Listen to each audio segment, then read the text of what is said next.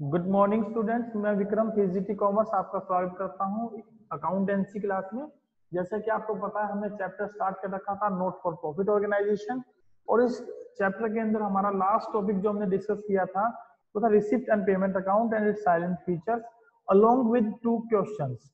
हमने इसमें कोशिश की थी कि करने की कैसे इन रिसिप्ट और पेमेंट अकाउंट बनाया जाता है। आज हम बात करेंगे इनकम एंड एक्सपेंडिचर अकाउंट के ऊपर, और इनकम और एक्सपेंडिचर अकाउंट के अंदर भी हम ये देखने वाले हैं कि किस तरीके से इनकम और एक्सपेंडिचर अकाउंट प्रिपेयर किया जाता है, क्या इसके फीचर्स रहेंगे और कौन कौन से फीचर्स हैं जिनको हम यहाँ पर पढ़कर इस अकाउंट को मेंटेन करने की कोशिश करेंगे। तो इन ब्रीफ अगर मैं बात करूं तो मैं पहले फीचर्स के बारे में बात कर दूं आपसे। ये एक प्रकार का नॉमिनल अकाउंट होता है, ध्यान रखें। इनकम एंड एक्सपेंडिचर अकाउंट एक नॉमिनल अकाउंट है। नॉमिनल अकाउंट का सीधा मतलब होता है जो आपको प्रॉफिट और लॉस के बारे में बताए, लेकिन क्योंकि ये नॉट फॉर प्रॉफिट ऑर्गेनाइजेशन के लिए बनता है तो ये आपको सरप्लस और डेफिसिट के बारे में बताएगा। तो इससे आपको सरप्लस और डेफिसिट की जानकारी होने वाली है, सरप्लस या डेफिसिट।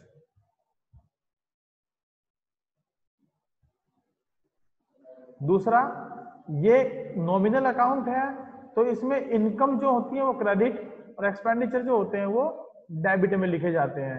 दूसरा पॉइंट, इसमें जो इनकम है वो क्रेडिट में और एक्सपेंडिचर है वो डेबिट में लिखे जाते हैं।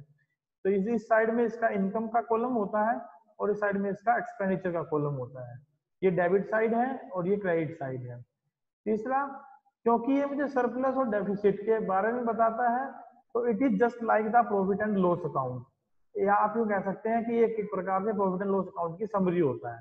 प्रॉफिट एंड लॉस अकाउंट की तरह इसको बनाया जाता है, जैसे profit and loss account maintain किया जाता है। नंबर 4, ये केवल और केवल करंट ईयर के लिए बनाया जाता है, इसलिए इसमें केवल करंट ईयर के आइटम्स ही रिकॉर्ड होंगे बेटा। करंट ईयर आइटम्स ओनली हम इसमें रिकॉर्ड करके चलते हैं। नंबर 5, क्योंकि करंट ईयर के आइटम्स ही रिकॉर्ड किए जाते हैं तो इसमें हम वो सारे खर्चे जोड़ते हैं, वो सारी इनकम जोड़ते हैं जो रिवेन्यू नेचर की होती हैं। रिवेन्यू नेचर की होती है, रिवेन्यू नेचर के आइटम्स ही यहाँ पर लिखे जाएंगे। अगर रिवेन्यू नेचर के आइटम्स नहीं है, यानी कि कैपिटल नेचर के आइटम्स हैं, तो उनको हम बैलेंस शीट में ले जाते हैं। नंबर 6, इनका ओपनिंग बैलेंस कुछ नहीं होता। There is no opening balance, no opening balance. जैसे रिसीट और पेमेंट का तो ओपनिंग बैलेंस हमने पढ़ा था, कैश और बैंक का बैलेंस होता है, लेकिन इनका कोई ओपनिंग बैलेंस यहाँ पर नहीं होता बेटा, ध्यान रखिए। 7वां फीचर है, इनका क्लोजिंग बैलेंस होता है जो या तो आपको सरप्लस बताएगा या आपको डेफिसिट के बारे में बताएगा। सरप्लस का मतलब होता है excess of income, excess of income, यानी कि income is greater than expenditure अगर है तो आपका सरप्लस निकल कर आएगा। और अगर उल्टा है कि इनकम कम है और एक्सपेंडिचर ज्यादा है, एक्सपेंडिचर ज्यादा है, तो आपके सामने क्या निकल कर आएगा? डेफिसिट निकल कर आएगा। तो these are the basic features of income and expenditure account. आइए इनके बारे में वन बाय वन डिस्कस करते हैं। पहला पॉइंट है आपका, income and expenditure account is the summary of income and expenditure for the accounting years. जो पार्टिकुलर अकाउंटिंग ईयर होता है उसी की इनकम और उसी के एक्सपेंडिचर का ये एक समरी पॉइंट होता है, उसकी समरी के बेस पर इसको बनाया जाता है। ये एक नॉमिनल अकाउंट होता है बेटा। It is just like a profit and loss account prepared on the accrual basis of accounting in the case of business organisation. जो बिजनेस ऑर्गेनाइजेशन होते हैं, जैसे वो प्रॉफिट एंड लॉस अकाउंट को प्रिपेयर करते हैं, उसी के आधार पर हम इसमें अकाउंट को मेंटेन करके चलते हैं और एक्रूअल बेसिस पर ये अकाउंट मेंटेन किया जाता है। The income and expenditure account serves the same purpose as the profit and loss account of a business organization does. जैसे बिजनेस ऑर्गेनाइजेशन में प्रॉफिट एंड लॉस अकाउंट हमें प्रॉफिट और loss के बारे में बताता है, वैसा ही purpose income and expenditure account का होता है for the not for profit organization. ये हमें सरप्लस और डेफिसिट के बारे में बताते हैं। Second, it includes only revenue items. ध्यान रखिए, इसमें केवल रिवेन्यू आइटम शामिल किए जाते हैं, that is revenue receipts and revenue payments only, और expenditure related to the current year only. केवल करंट ईयर से जो संबंधित होते हैं वही इसमें रिकॉर्ड किए जाते हैं। प्रीवियस ईयर का और नेक्स्ट ईयर के आइटम को यहाँ रिकॉर्ड नहीं करते हैं। अगर मान लीजिए रिसीट और पेमेंट अकाउंट में कोई पार्टिकुलर एलिमेंट ऐसा है जिसमें करंट ईयर का, प्रीवियस ईयर का और नेक्स्ट ईयर का एलिमेंट ऐड है, तो उसको इनकम और एक्सपेंडिचर में लेकर जब आएंगे तो प्रीवियस ईयर के और नेक्स्ट ईयर के आइटम को उसमें से माइनस कर देंगे, केवल और केवल करंट ईयर का आइटम बचेगा, उसको हम यहाँ शो करेंगे।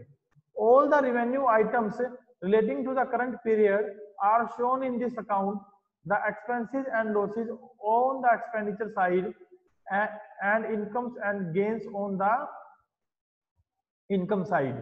Next point है हमारा fourth, it shows the net operating result in the form of surplus, excess of income over expenditure or form of deficit, where expenditure of income, excess of expenditure over income अगर होती है तो फिर हमें expenditure होता है, loss होता है, deficit होता है, which is transferred to the capital fund account shown in the balance sheet।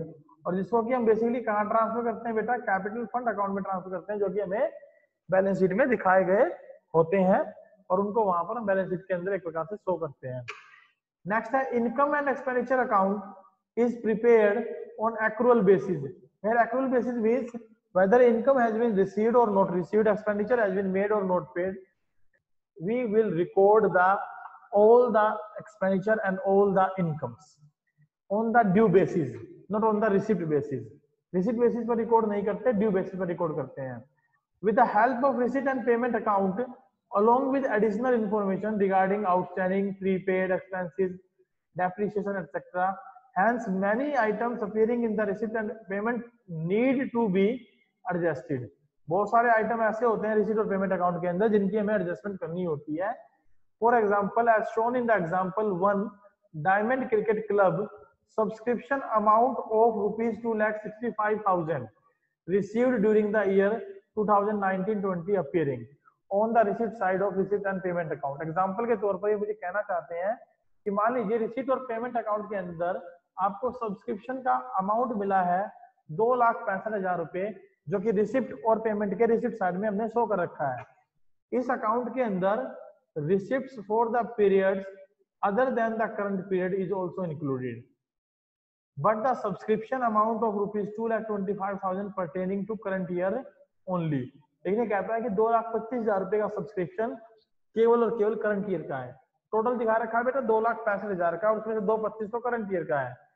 will be shown on as income in income and expenditure account and expenditure account for the year 2019-20।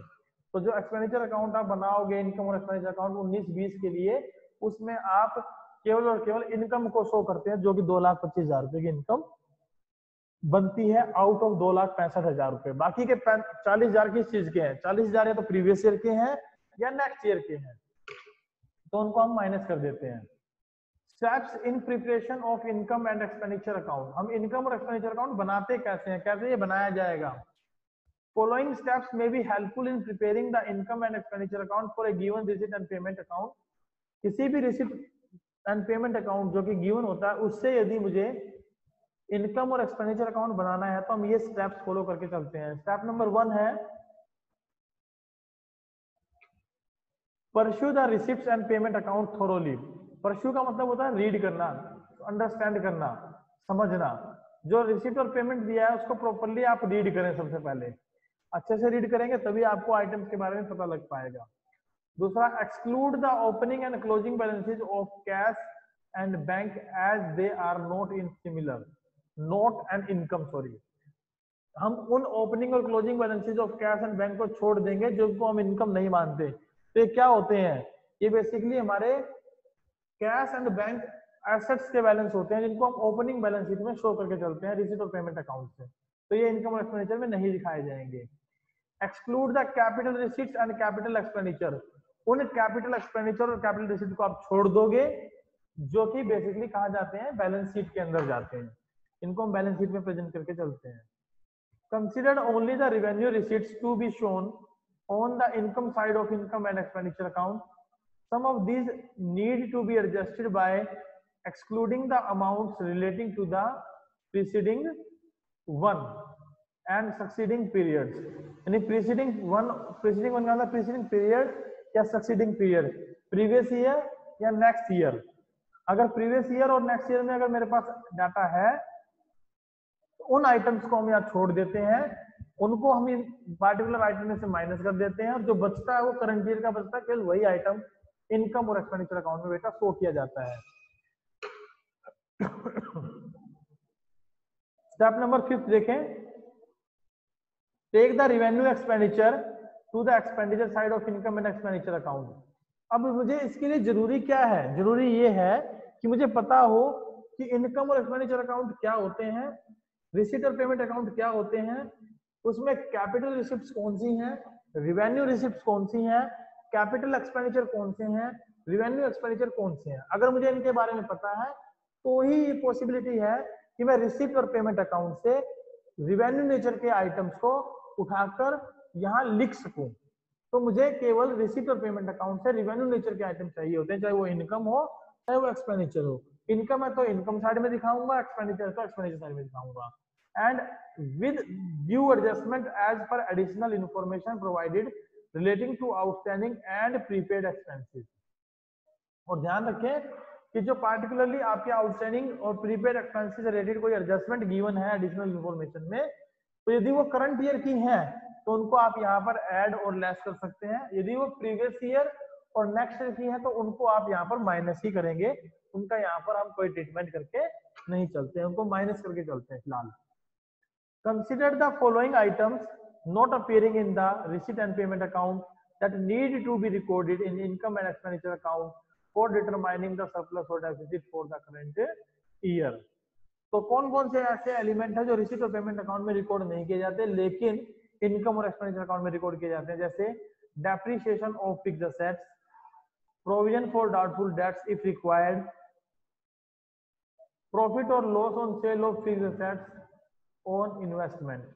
इनको हम क्या नहीं करते, receipt और payment account में record नहीं करते, इनको कहाँ रिकॉर्ड करते हैं, इनकम एंड एक्सपेंडिचर अकाउंट में रिकॉर्ड करते हैं। कैसे करते हैं जरा देखें दोबारा से इसको। ये एलिमेंट नॉन कैश होते हैं बेटा, ये भी नॉन कैश है, ये भी नॉन कैश है। जो नॉन कैश एलिमेंट होते हैं वो रिसीट और पेमेंट में शो नहीं किए जाते, क्यों, क्योंकि रिसीट और पेमेंट अकाउंट हम कैश बेसिस पर बनाकर चलते हैं। आइए डिस्कस करते हैं इनसे रिलेटेड कुछ क्वेश्चंस। पहला क्वेश्चन है आपका, income and expenditure account is prepared on of accounting. किस अकाउंटिंग बेसिस पर इसको बनाया जाता है, तो it is prepared on the accrual basis of accounting. इसको हम एक्रूअल बेसिस ऑफ अकाउंटिंग पर प्रिपेयर करके चलते हैं। नेक्स्ट क्वेश्चन है, income and expenditure account is just like a and prepared on blank basis of accounting. There is blank basis of accounting का मतलब है एक्रूअल बेसिस ऑफ अकाउंटिंग, और it is just like ए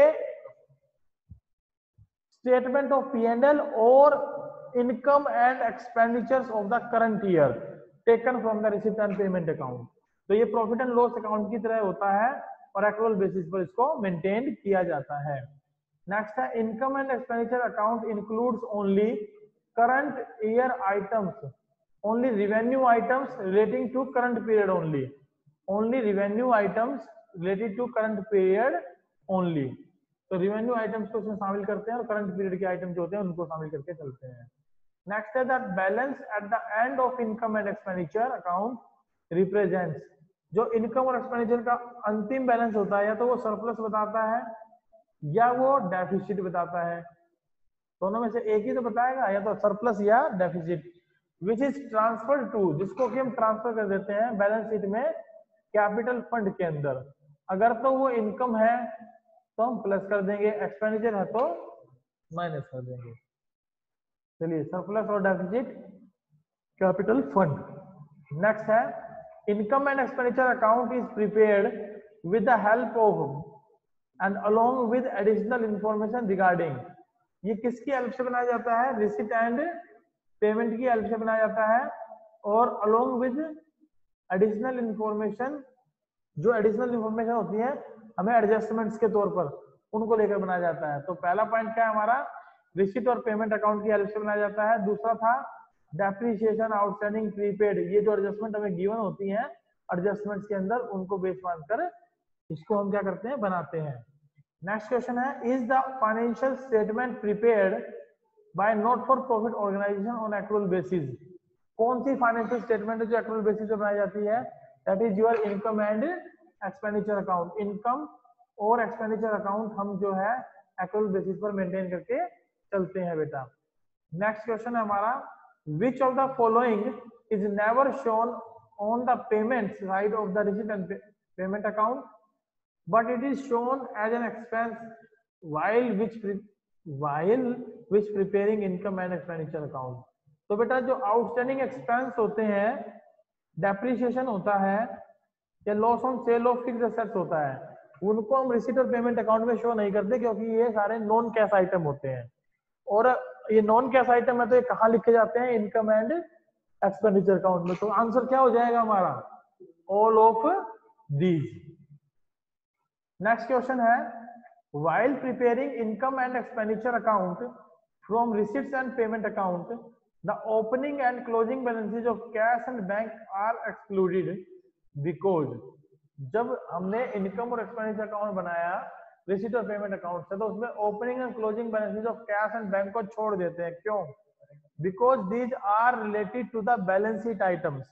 ये किससे संबंधित होते हैं, बैलेंस शीट आइटम से संबंधित होते हैं। These are to be treated as asset and related to balance sheet only because they are not income, they are to be treated as assets and they are to be shown in the balance sheet। Question number 9 है, the balancing figure on credit side of income and expenditure account denotes excess of expenses over income। जो हमारा balancing figure होता है credit side का income and expenditure account का, अगर वो show करता है excess of expense over income, कैसा है balancing figure on credit side.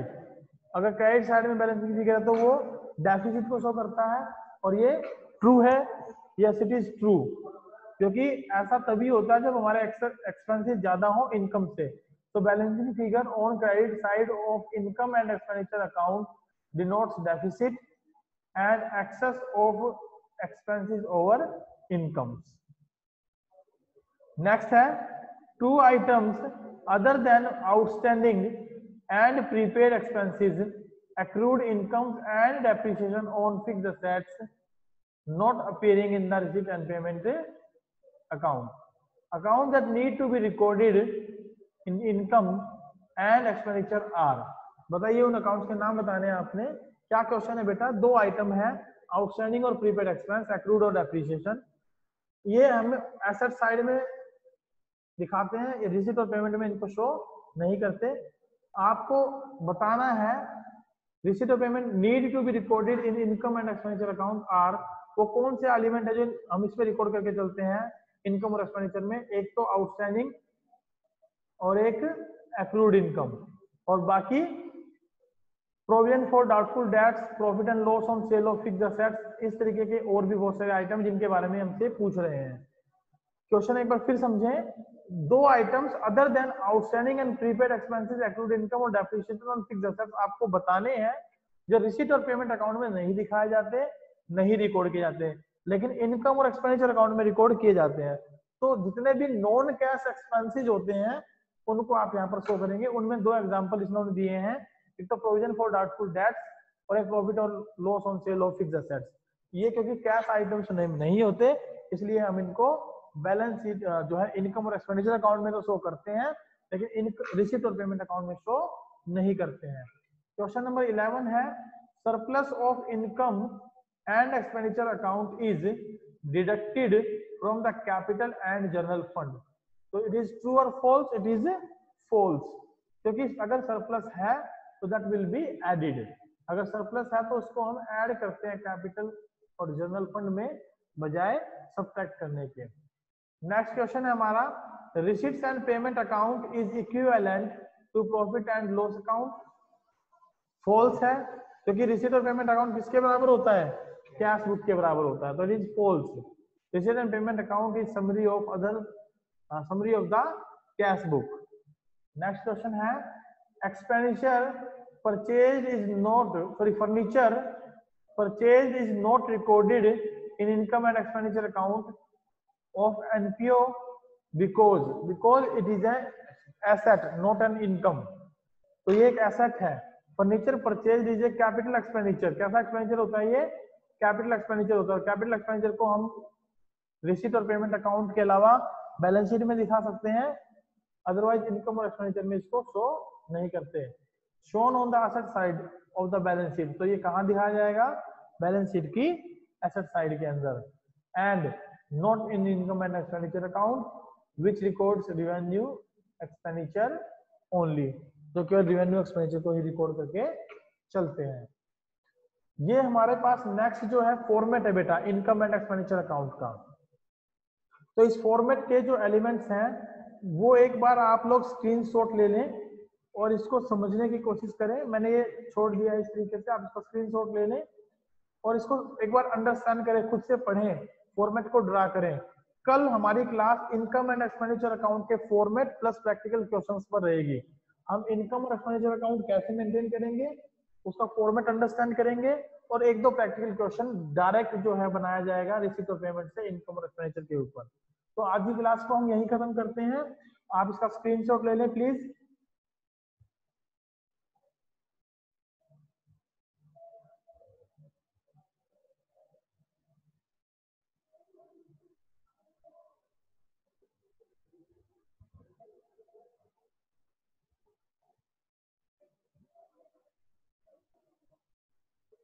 ये एक हमारा सिंपल सा क्वेश्चन है, इसका भी स्क्रीनशॉट आप ले लें।